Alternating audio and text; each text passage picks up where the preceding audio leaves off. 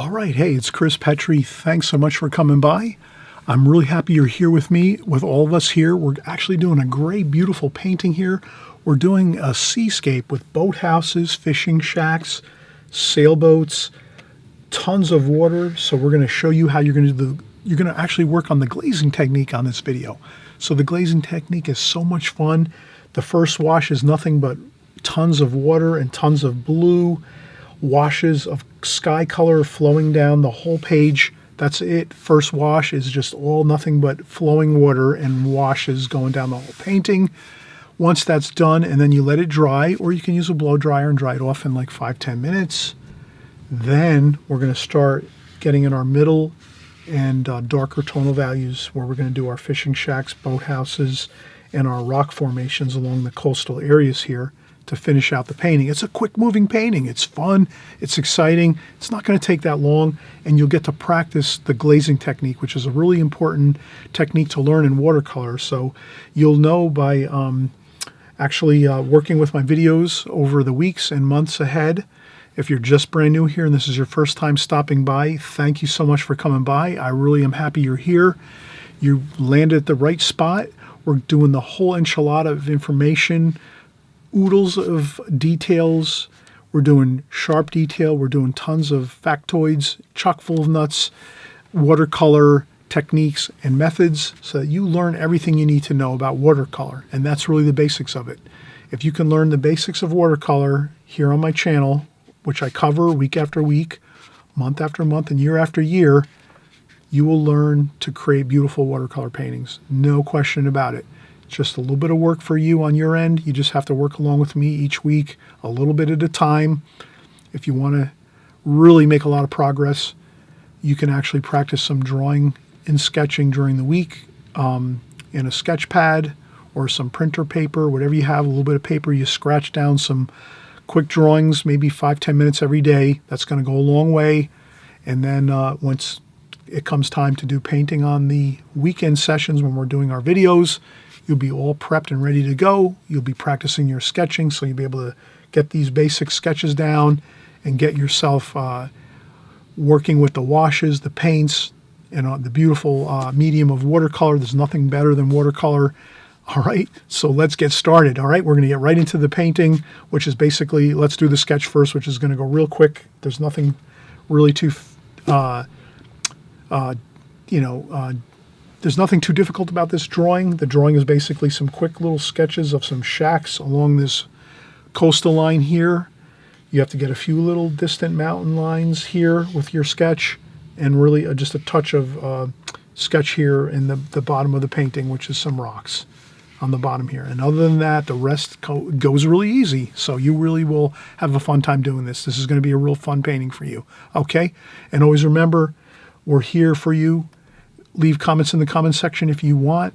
You have questions, you have comments you want to make, leave them in the comments section. There's tons of great people here on my channel that will answer your questions. If I don't get to them, others will, and we'll have a fun time all together on the watercolor journey, okay? All right, so let's get started with this.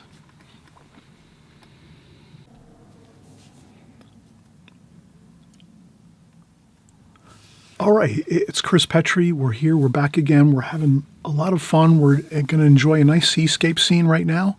We're going to paint this scene in the glazing technique. So basically, we'll start out with some lighter washes. We'll kind of cover the whole sheet of paper with some lighter washes. And then we'll start building up our darks on top of the lighter washes once we're kind of getting started with those really light, medium to light washes across the whole paper.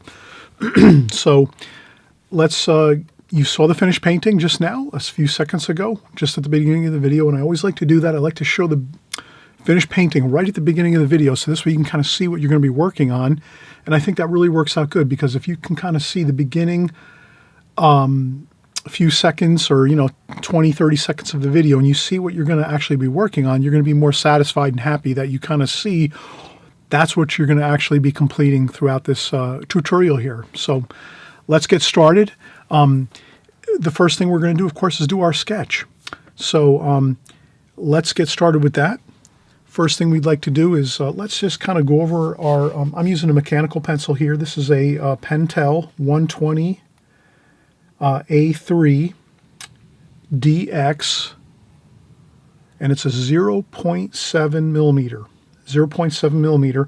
And the easy way to find this type of, if you want to use a mechanical pencil and you want to use this exact one, they're really easy to find. You know, you can find them anywhere, like Amazon, online, of course, anything. Amazon usually has all products, basically. I don't, you know, most times when I look on Amazon, I find all the products that I need. But anyway, if you just look for the blue, you just type in Pentel 120 A3 0.7, and you look for the blue, the nice blue mechanical pencil, just like this, with a rubber gripper on the front portion of the pencil where you're going to be holding your pencil. You have a nice little rubber gripper here, really nice, kind of makes it easier to hold on to the pencil and it doesn't slide. Or, you know, if you get sweaty and you're working a lot and you're doing a lot of drawing, this front portion of the pencil works absolutely phenomenal. So that's all you have to do to look up this type of pencil. So let's do this. Let's do our rectangle. And this is a portrait style painting. So we're going to do it in a portrait format. And we just do our border around the tape. So I've already put down some artist tape. And if I zoom out just a touch, you kind of see that's right there. That's the bottom of the tape right there. And I just go right around with my pencil just to make the border, just like this, with my pencil, my mechanical pencil. It's a Pentel. And I go right around and do that. Okay, and I'll zoom in a little bit, just so it's a little bit more, you know, close. You know, you can see more of a close-up of what I'm doing. And so now we've got just a real simple... The basic thing I always say when you're starting out your painting, your composition, your painting, try to get a, if you're a watercolor artist and you're just starting out, and thank you, I want to welcome you if you're just starting out with watercolors and you're just starting here on my first video here. Maybe this is the first time you've come here to my video and you're saying, oh wow, this is really exciting. Chris is doing all these cool things here on YouTube. This is one of the most important things you can remember. When you're going to be doing watercolor paintings, you want to maybe you go out to your local store, if you have some local stores by your place where you live, like Michael's or AC Moore or a Blick store, or like a different art stores that they have out there, you know, art supply stores. Or if not, you can go online on Amazon or on different websites. You can look up pre-cut mats. This is all this is. This is a pre-cut mat. And basically the main thing I want to mention here right from the beginning is, if you're going to make an effort and do a painting, let's make sure that you have it set up so that it's in a proper format, so that if you want to, if it comes out really good, you can put a mat on it and put it in a frame right away, and it's 100% great. You could sell it. You could give it as a gift. You could put it into a showing at a local art gallery, or, you know, maybe there's some art exhibitions going on in your local area, or maybe you're gonna give some. It's the holidays. Maybe you have some sort of holiday you want to give some gifts, birthdays, Christmas time, Kwanzaa. You know, you'll have all types of holidays, things like that. If you create a beautiful painting, why not start out right from the beginning by just using a pre-cut mat like this? You buy like 3 or 4 of these different sizes. So this is like, let's take a look at this one. This one is this is basically like a 9.5 window by a 7.5 window. So 9.5 by 7.5 window, and the actual mat itself for the frame size is a 14 by 11. So this is a 11 by 14 pre-cut mat. You can kind of see this, right? This is a pre-cut mat, 11 by 14. You get this, you set it down on your paper, and what I do is I just basically make little dots in the corners here where the window is, the window opening, and then I put my tape like a little bit beyond that, maybe like an inch or a half an inch beyond that. This way you have extra room.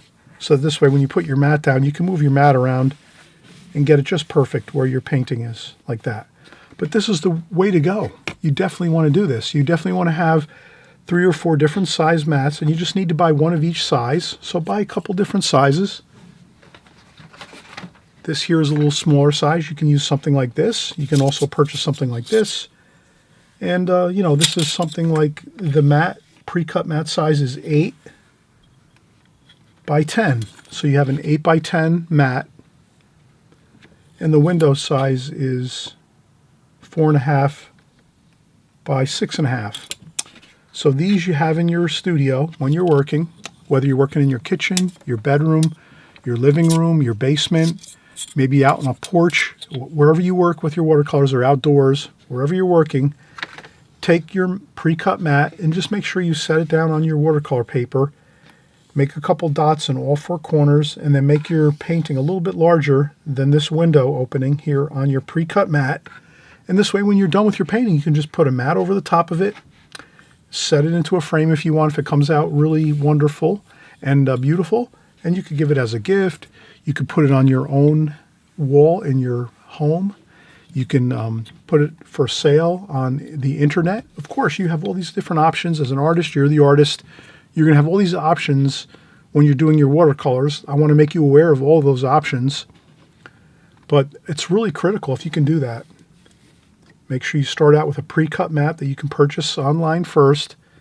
And then whenever you're creating any kind of painting or composition, use your mats, your pre-cut mats that you purchase.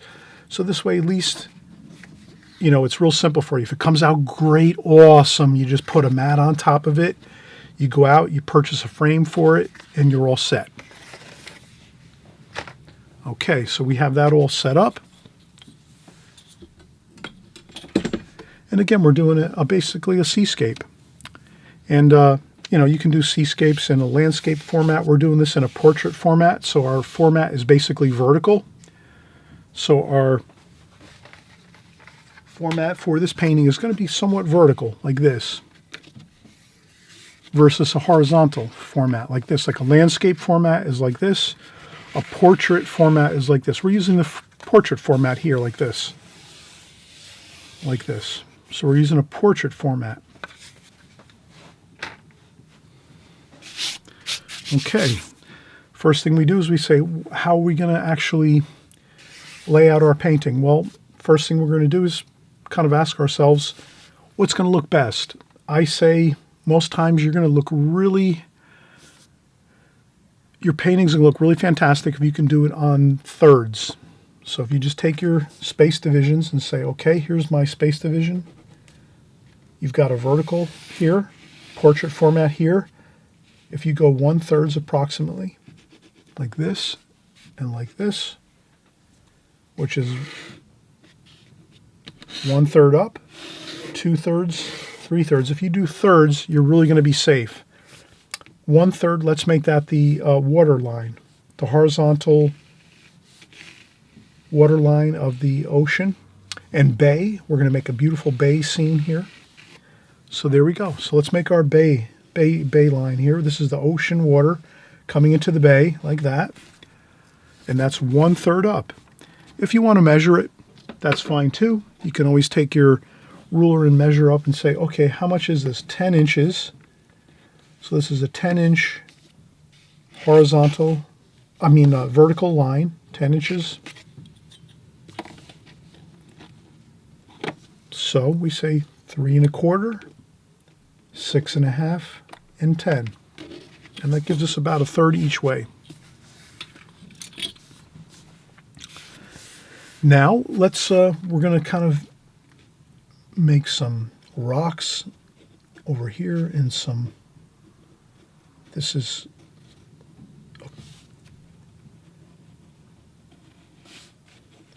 a sloping hill down into the water, rocks and ground here, like that. And then above that, we're going to have an actual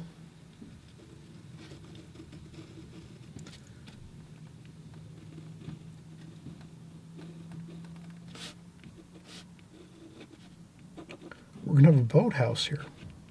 So there we go. We made a boathouse here on the left with some hills and rocks going down into the water, like so.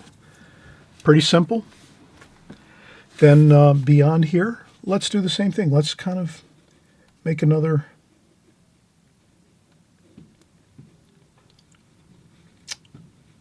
and we're going to do this. We're going to make another boathouse over here.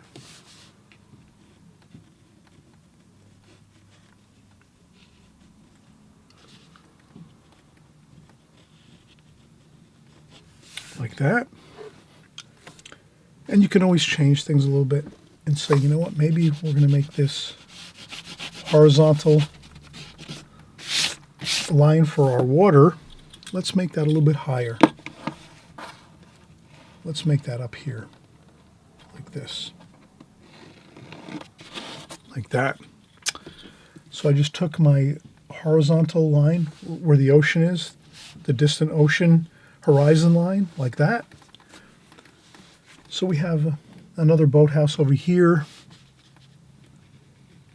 And down over here we have another boathouse over there. A little smaller boathouse there.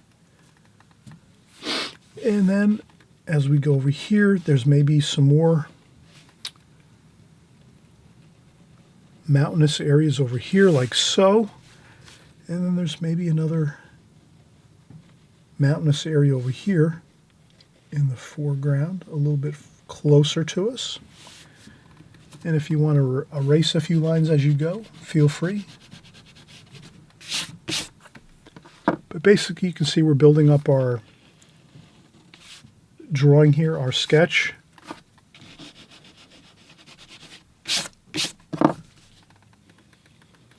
So that's going to be our ocean line right across here. And then there's some sloping mountains that go down into the water. And then over here, we're going to maybe have some sailboats over here on the coastal area. So let's do some small sailboats. Like this. And a couple of sails like that. Maybe another boat over here. Like that. So this one's a little bit higher up. Like that. So you have a couple sailboats over here along the coastal area in the distance, and this is closer by us here.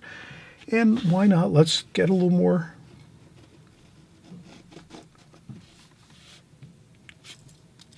shoreline here, just to give us a little shoreline here, kind of leading us into the picture like this over here.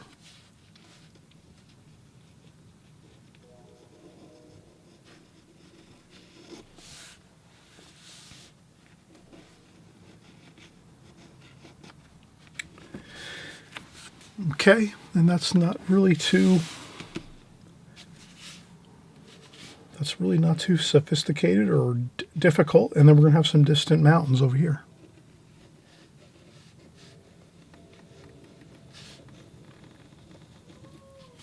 Like that. And then over here in the foreground, let's make some foreground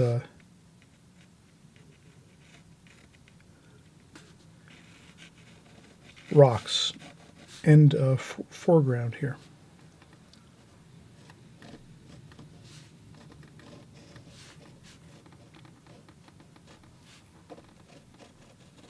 Like that. All right, so here we have it. Let's zoom out a little bit. All right, that. There we go. All right, so we have some foreground rocks here. And we'll develop this with our paints. So just as long as we get a good silhouette here, we should be fine. We got here in our middle distance our wonderful boathouses here that trail into the distance, into the picture. So we have some kind of middle distance and then far distance over here, far distance over here, some sailboats that are setting along the horizon line of the ocean here. And it's sort of like a bay scene. And then we have some distant mountains over here. And then, of course, we're going to have some beautiful sky wash. And we're just going to have fun with our sky wash and really just flow in some water and some washes, some water, tons of water into our sky wash. We're going to let our sky wash just happen as it does, really free, fun, exciting. And then as we work down in here, we're going to do a little more details with our darker washes, our rocks, our buildings, our boathouses, some sailboats here. So you're going to see how we're really going to develop this in a really straightforward fashion. We're going to go with the glazing technique again, which is let's do the lighter washes first, then we'll go in and do our darker washes on top. That should work out great for this painting because really it's a pretty good sized painting. And, the middle tones are the dominant force here. So we're going to have a lot of middle tones, and then we're going to have some little more smaller spots of darker tonal values throughout this painting. So you can always think of your painting as darks and lights. What do you have in your painting? Darks and lights. Well, if you're going to have tons of middle tonal values and lighter tonal values, do those all first, and then you go in and you do your darkers over top. So that's kind of how I'm looking at this. This will be more of a glazing technique painting versus a alla prima painting, which we'll always cover the two methods and techniques on my channel here, so don't worry. We're going to always cover all the techniques and methods that you need. We're going to do all the oodles of information you need, chock full of nuts information here on my channel. You never have to worry. So this is just the start. We're just getting our pencil drawing in, and we're now completed with our pencil drawing. So I hope you've got up to speed here on our pencil drawing. It's pretty straightforward.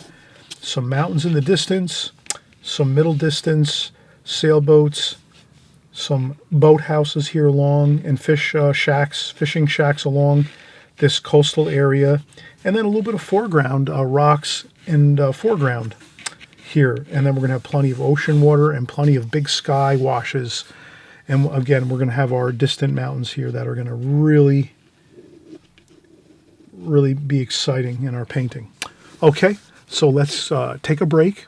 We'll come right back in just a few minutes and we'll start mixing up our colors.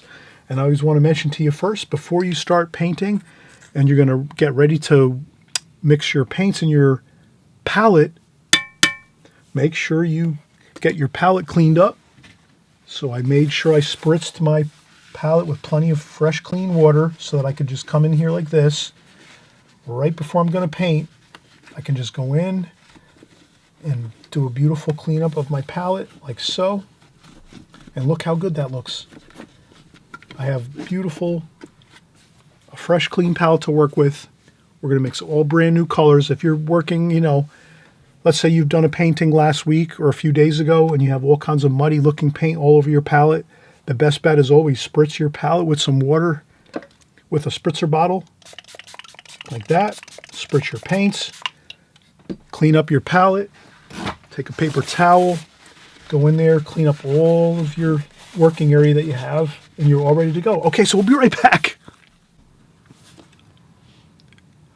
Okay, we've got our sketch done. We're going to get ready to do our painting. Again, we're doing the glazing technique, which means we're going to do a beautiful light wash across the whole paper here first to start with, and then we're going to go in and do our darker darks for our rocks, our foreground, our middle distance, our fishing shacks and boathouses, and our sailboats over here in the middle distance here, and it's, of course, our mountains in the distance here.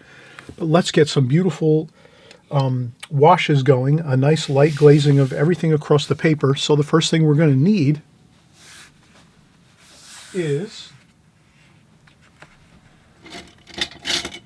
let's take a look. I have to go find a brush here that will work out good.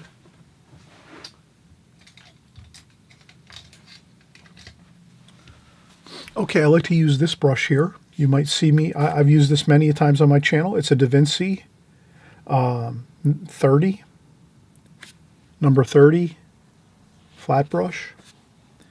And I'm pretty sure the 30 is for millimeters. And it is 30 millimeters or 3 centimeters. This we're going to wet the whole paper with fresh clean water. And you can kind of see here, I have fresh clean water in a glass. I put it up over here. I have a sponge over here next to my glass, which where my clean water is. This way I can check off some water, take off some water off my brush as I work. So sometimes you need a little more water in your brush, sometimes you need a little less. You always want to have your sponge or maybe some paper towels or some tissues, whatever you need to dry off your brush a little bit. But this is what we're going to do. We're going to wet the paper with a light wash of clean, fresh, clean, crystal clear water right along the whole paper. So let's just get the whole paper covered with that fresh, clean water. Okay, that's really the simplicity of this glazing technique, is you just get the whole paper covered.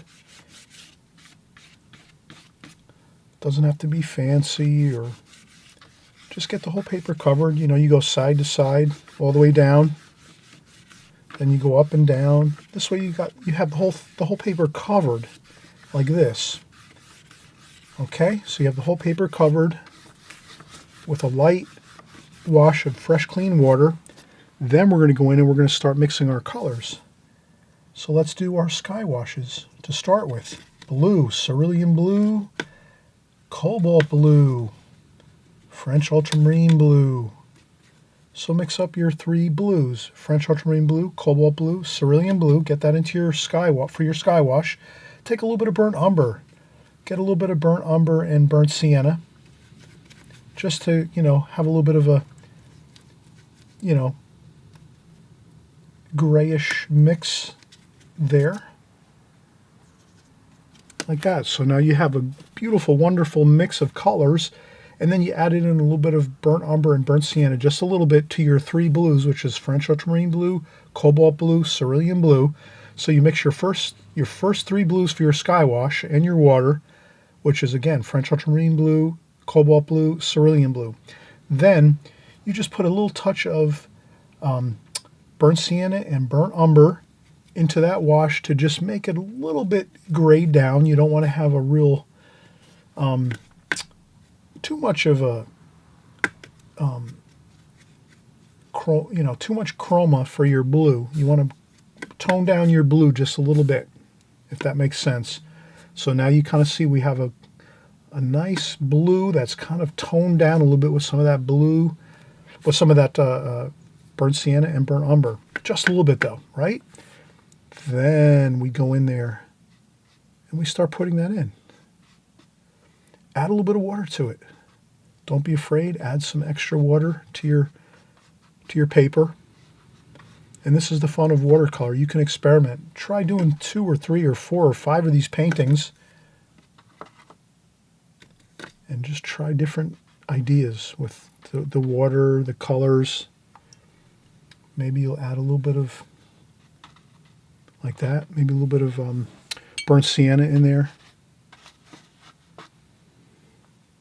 Let it flow on down, like that. And then you obviously know you're going to have the same thing across your water. Your water's going to be the same colors.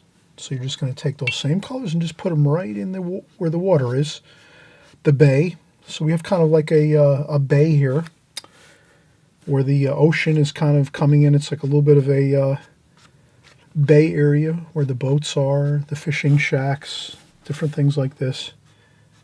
Kind of have fun as you go, but you know you're going to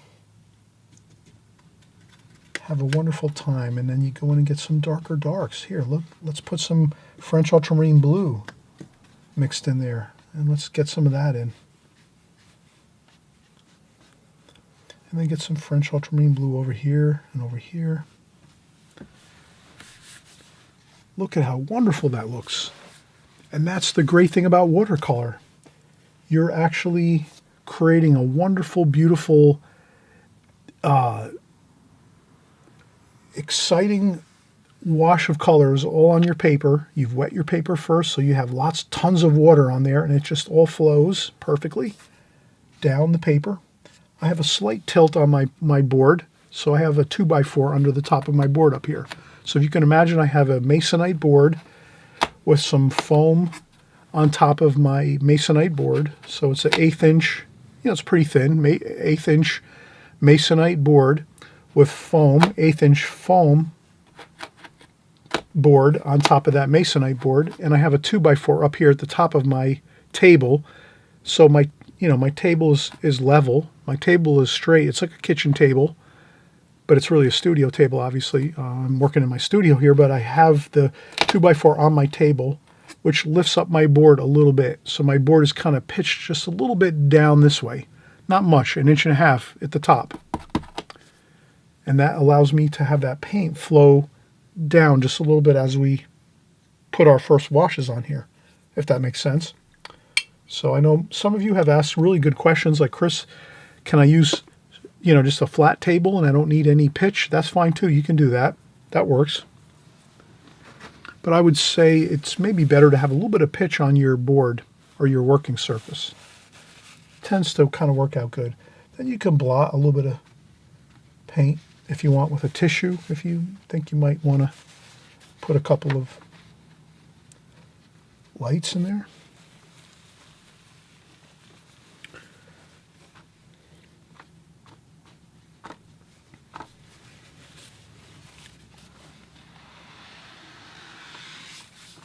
And I'll just dry up a little bit of the paint and water along the top and the sides. Just like that. So I go around my paper and I just lift up some of that excess water and paint that's kind of drifted off the paper. And that looks pretty good.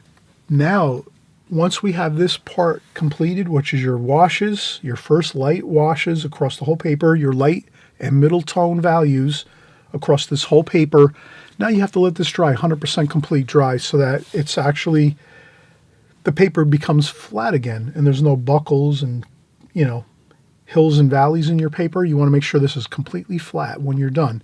So there's two ways to do that. You can wait about an hour or two till this all dries and flattens out, or you can take a blow dryer and blow dry this, and in about 5 or 10 minutes you'll have the paper again nice and flat.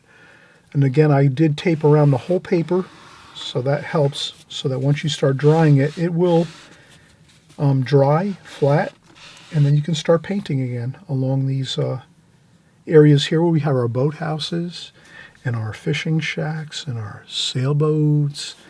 So we're going to have a lot of fun as we come back.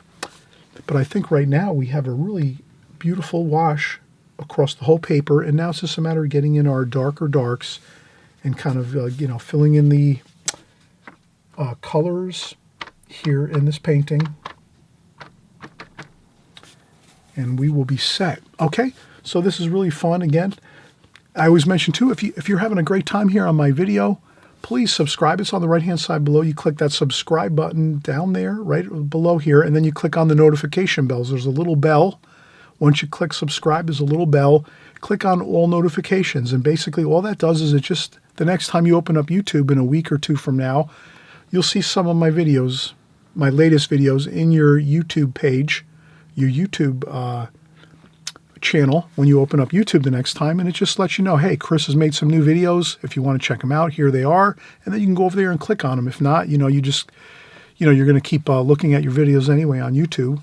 But in essence, it's basically just a way to keep in touch with me. So I'm hoping you're going to stay with me here, work with me here on my channel to improve on your watercolors, to get better.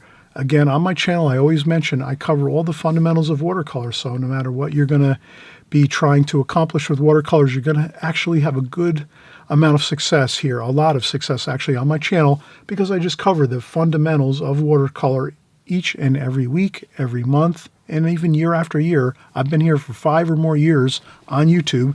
Many people have really had great success with their paintings on my channel because they're just following along each week, and we're doing the same fundamentals over and over and over again, even though we're doing different subject matter. So we might be doing seascapes here today. Tomorrow we might be doing flower paintings. The next week we might be doing city scenes, cityscapes, or we might be doing some farm, country type scenes and landscape scenes. And then we might even do some portraits once in a while here and there, and some figure painting. We do all subject matter here on my channel, but the main thing is I'm covering the fundamentals each and every time we do any videos, so that you're really not left guessing on what you need to do with your watercolor painting. You kind of know after a while when you're following on my channel all the steps you need to go through your process so that you can actually create a beautiful, successful, and wonderful looking painting. So let's not delay. Let's not wait. Let's get into some real interesting, sharp detail as we get into the next portion of our painting, which is going to be the darks of our painting here as we go in this beautiful seascape scene along the water, the bay, the ocean. We are having a fun time, so let's not wait any longer. Let's get started in just a second with our darker washes.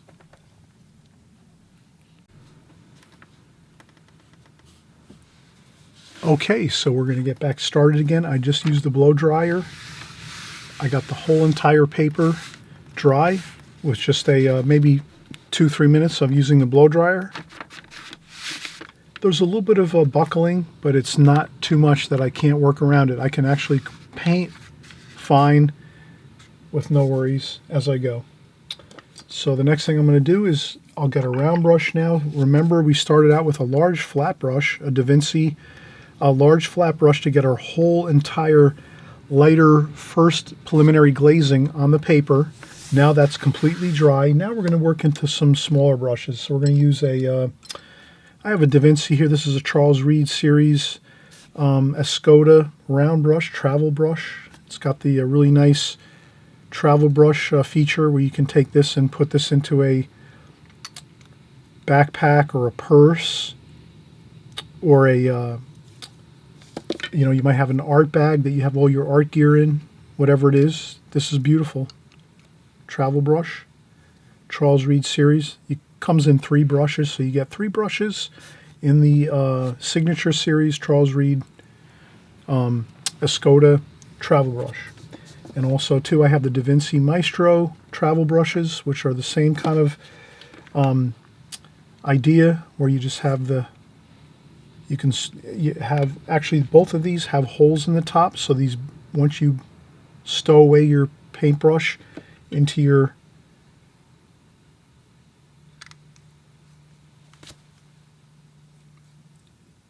the cap, you have some holes there so that the brush dries, and you can throw this in your backpack, your purse, your shirt pocket, whatever it is. These are wonderful travel brushes. So this is the Da Vinci Maestro Pure Kolinsky travel brush. It's got this is plastic, or you can have the Charles Reed travel brush series by Escoda, and again that's brass, beautiful brass. You could take this, it's got a hole in the top. Again, your brush hairs will dry if you throw it in your purse, your backpack, your shirt pocket, whatever. Works wonderful. Okay, so we have these two. We're going to use these 2 brushes. So the first thing I'm going to do is we're going to start to get our darks in here. So now we've already mixed our washes for our sky wash. Let's keep those colors going. And then let's start to work in some warmer colors. Let's get some burnt umber, burnt sienna over here, and some French ultramarine blue. And then we're just going to start to work in our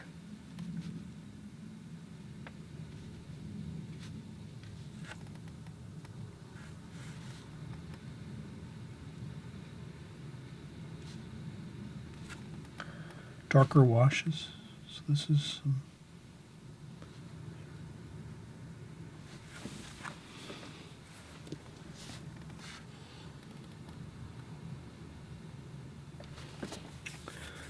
like that.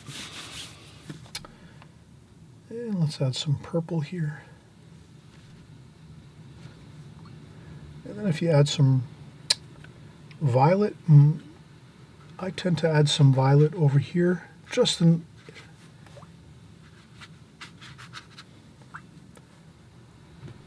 I take some violet, add lots of water, and then just add some violet over here into your sky wash a little bit. And then even a little bit into your water.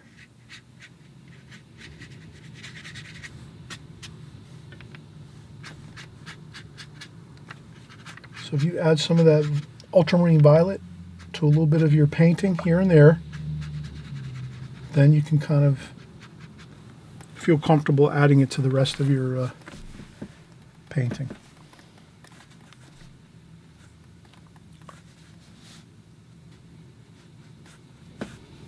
And then we have some blue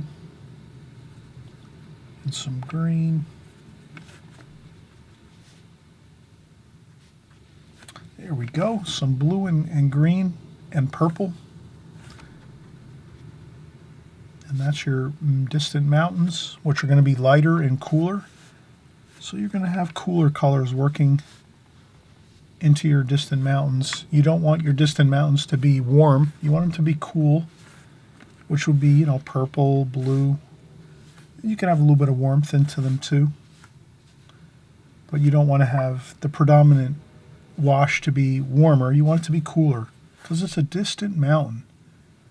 Just like that. So you can have some distant mountains, splash a little bit, have some fun with your watercolors. Don't feel like you have to be super tight and worried about every brush stroke. Have a couple splashes like that. Just splash a couple times, take a tissue, blot up a little bit of paint here and there. Just like that. Don't worry. Be happy. Happy painting. You want to have a happy painting. So now you see we're developing our distant mountain. Looks good. And again, they're going to be cooler, purple. The distant mountains are purplish, blue. And of course, the mountains that are closer to us, in the middle distance, they'll be darker. So let's just let that relax a little bit and dry our distant mountains. You can see how we're doing our distant mountains here.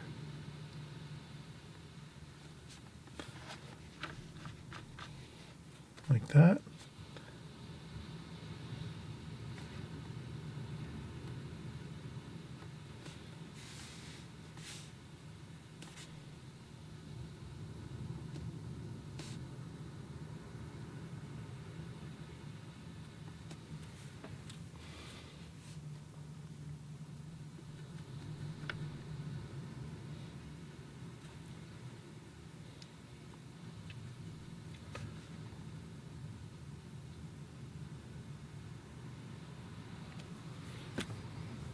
There we go.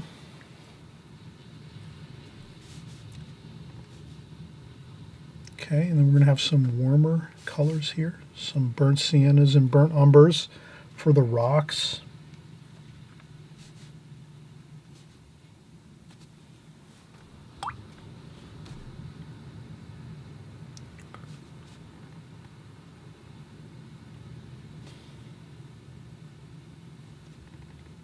And we're just going to do some rocks over here.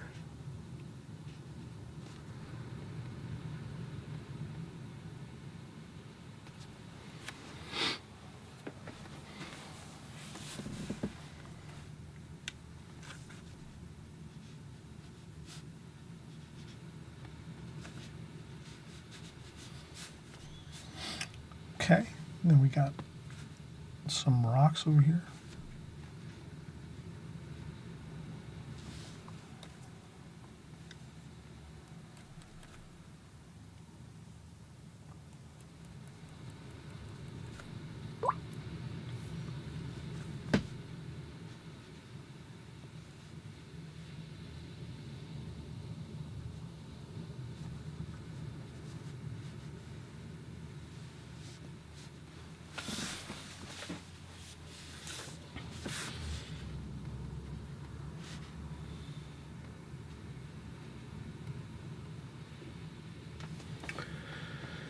All right, so there we have it.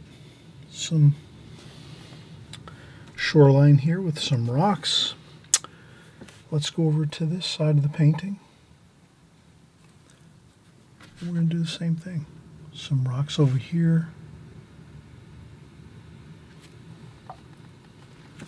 And these should be a little bit cooler, so maybe I lift those up a little bit.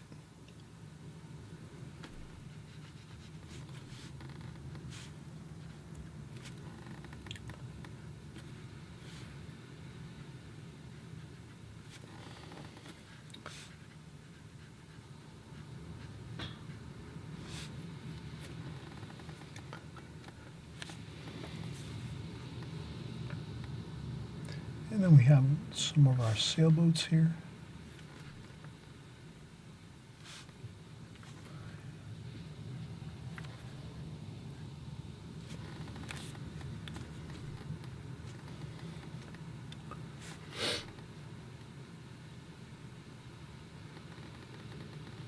Like that.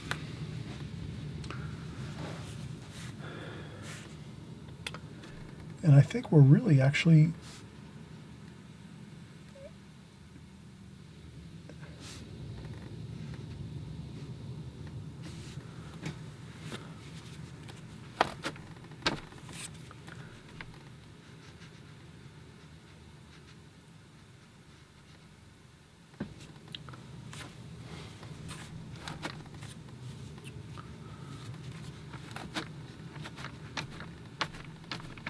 okay.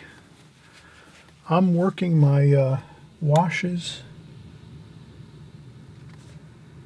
carefully.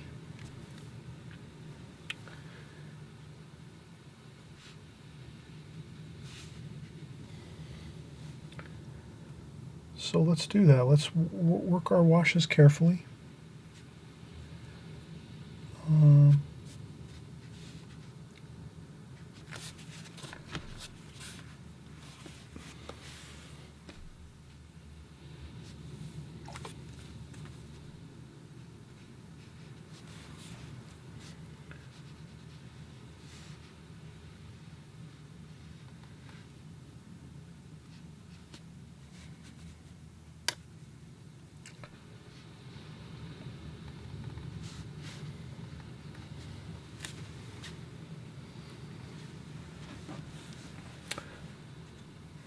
All right, now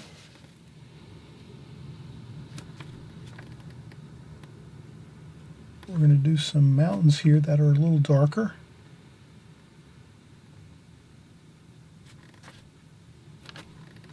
Over here.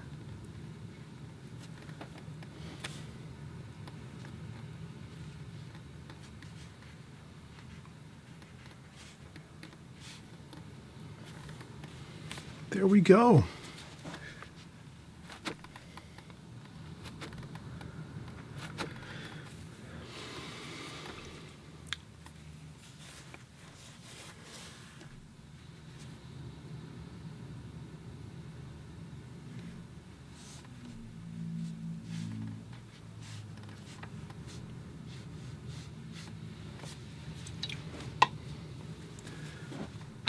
Okay, so we're really coming along nicely here.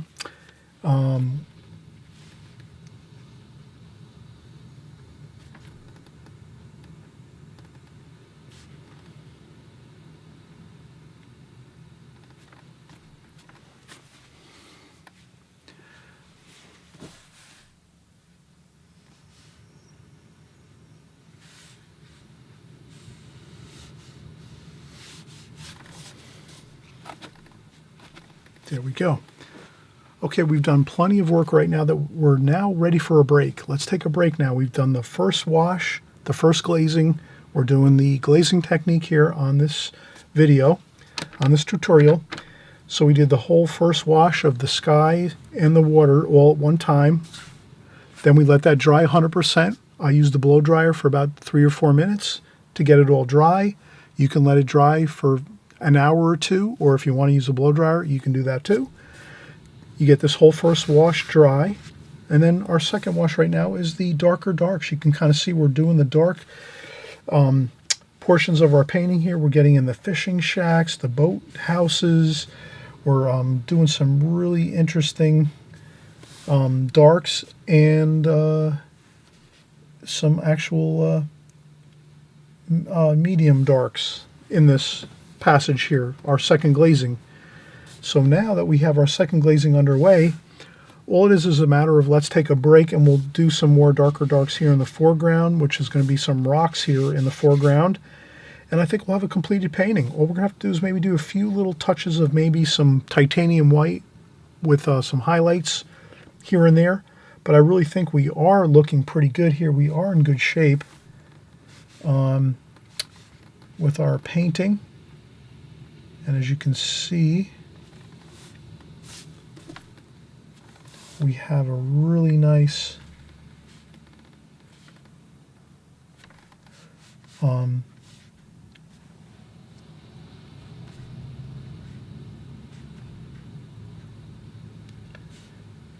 so we're doing some really good washes here.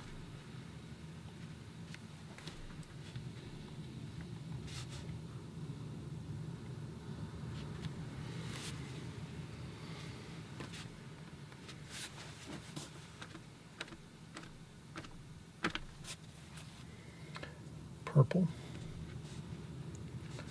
Purple is always great for distant colors to give you some really nice feeling of coolness. As you can see, we did this here. We added some really nice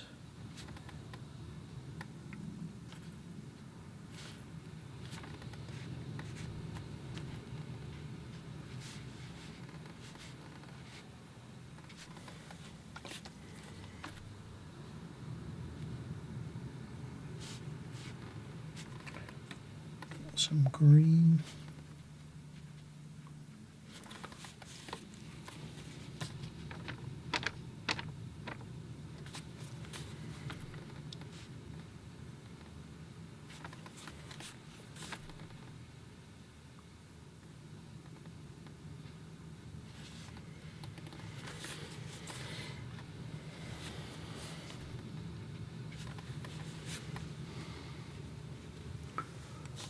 All right, that looks good.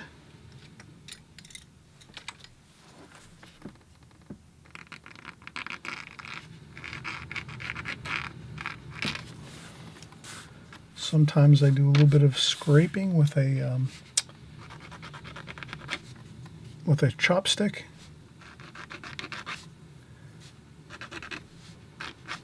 Like that.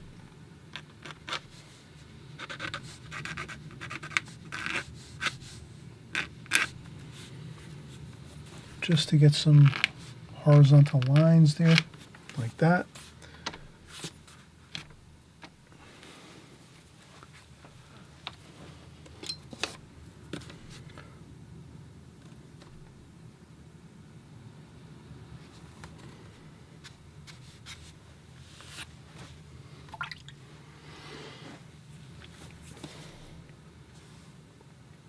All right, let's come back in a second or two.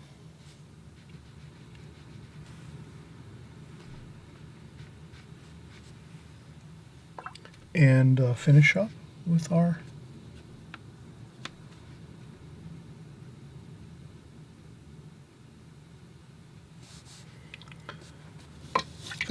foreground washes over here. So that's going to be our next wash. Let's take a break, but then we will do our foreground washes here with some rocks. And I think that's going to be it. And then after that, we just do a little bit of touch-ups with some maybe white, titanium white highlights, just for maybe some boat masts, maybe a few highlights here and there. But I think for the most part, we are looking really good here. All right.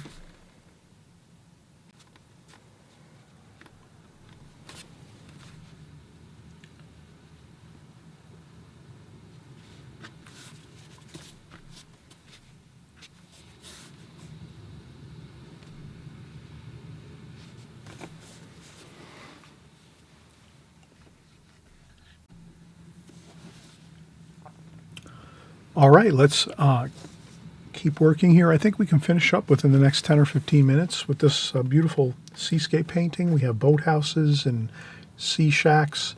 We have some sailboats here. We have rocks. We have a beautiful coastal atmosphere here. Let's keep working on it. We had our beautiful glazing technique that we're working with, which again is the first washes. You're going to do the whole paper wet the whole paper, get some beautiful blue washes on there, some sky washes with a little bit of the burnt sienna and burnt umber to gray down some of the washes. Get it all along the whole sky wash, the water here, the bay area. This is a nice little inlet, a bay inlet here. And then once you're done with that, then we're going over and we're doing our second glazing. Once that's 100% dry, whether you use a blow dryer or you let it dry for maybe 1 or 2 hours, it's up to you.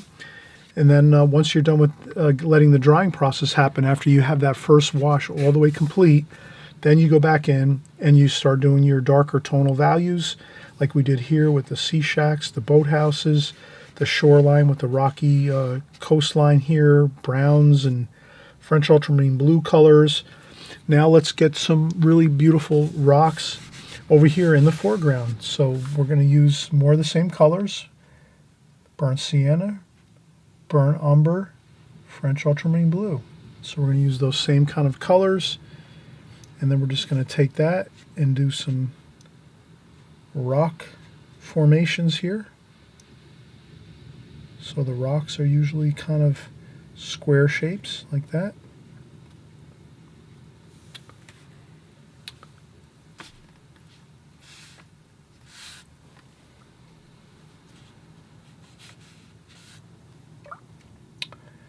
And some blue in there too, warm and cool everywhere. You don't want to have just a warm color like a burnt sienna and burnt umber. You want to have some blue mixtures in there too, French ultramarine blue. You want to have some purple in there too, French ultramarine violet. And I think if you have those colors working in your rock formations here in the foreground, and you can lift up and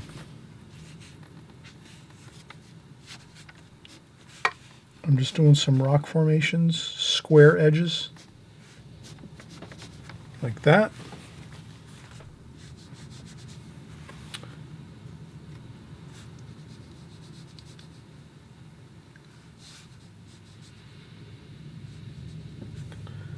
Like that. So I'm just doing some square edges.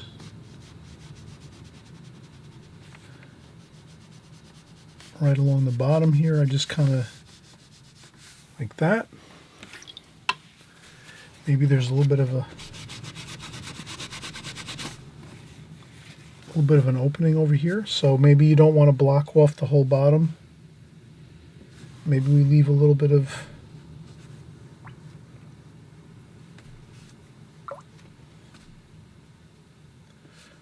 like that. We leave a little bit of the opening here so you can feel like there's maybe a little bit of an open area of water that you can come through. Like that.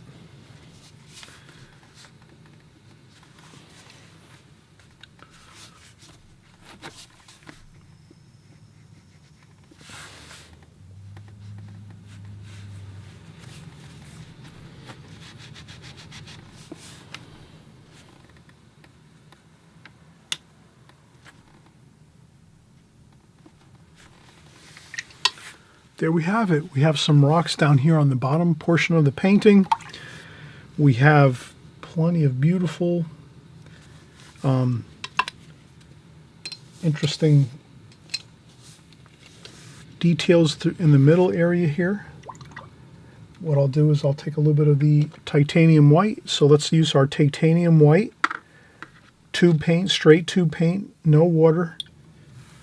You take a little bit of orange or yellow ochre and put a little bit of yellow ochre into the tube, the top of the tube. A little bit of yellow ochre into the top of the tube of the titanium white, straight paint, no water, no nothing. And then you're just going to have a little bit of highlights now, so you can kind of do some,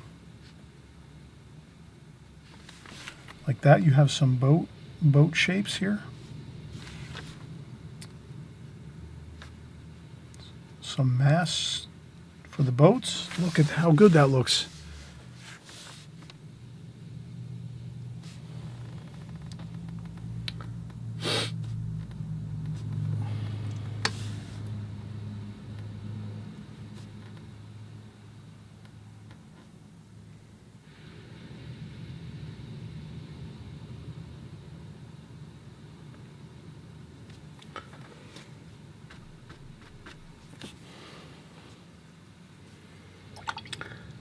So that's really all we did here is we added a little bit of that titanium white with a dry needlepoint brush here. I have my Alvaro Castañet number 6, or is it number 8 needlepoint brush with a little bit of titanium white. And then you can add a little bit of highlights here and there. Like that, and across here. Just to give you some beautiful shimmering light across the water. Same over here. You add a little bit of that white paint, titanium white with a little bit of a yellow ochre in there.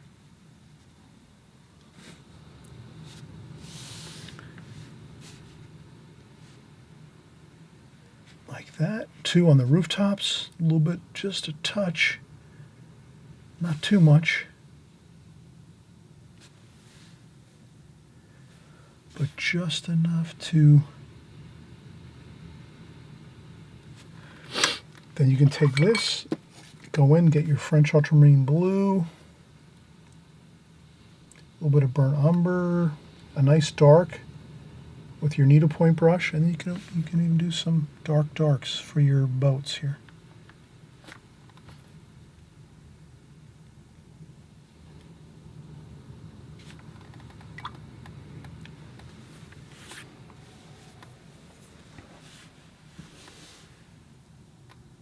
And I guarantee this is going to be a really fun, beautiful seascape for you to practice on, to work on the glazing technique as well. Let's peel off the tape, see how it looks.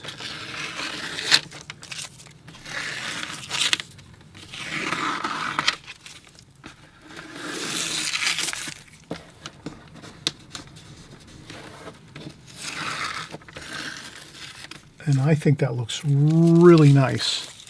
You can take this and you can actually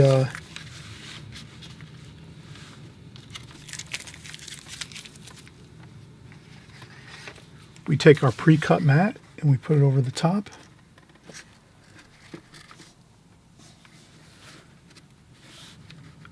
And that looks absolutely wonderful. What do you think? A seascape, gorgeous boathouses. We have some boathouses here. We have some sailboats over here on the right. We have distant mountains.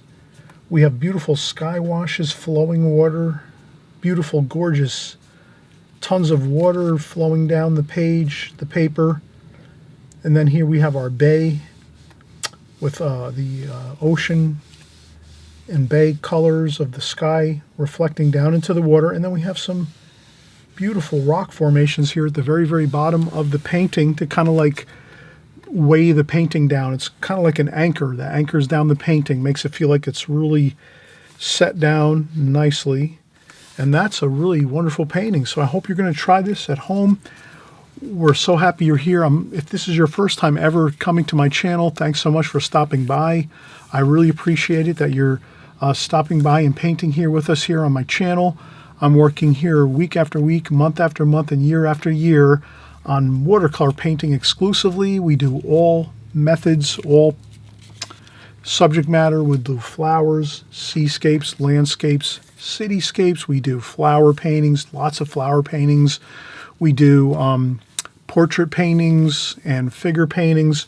We do everything watercolor here. So you just stick with us here. We're having a great time.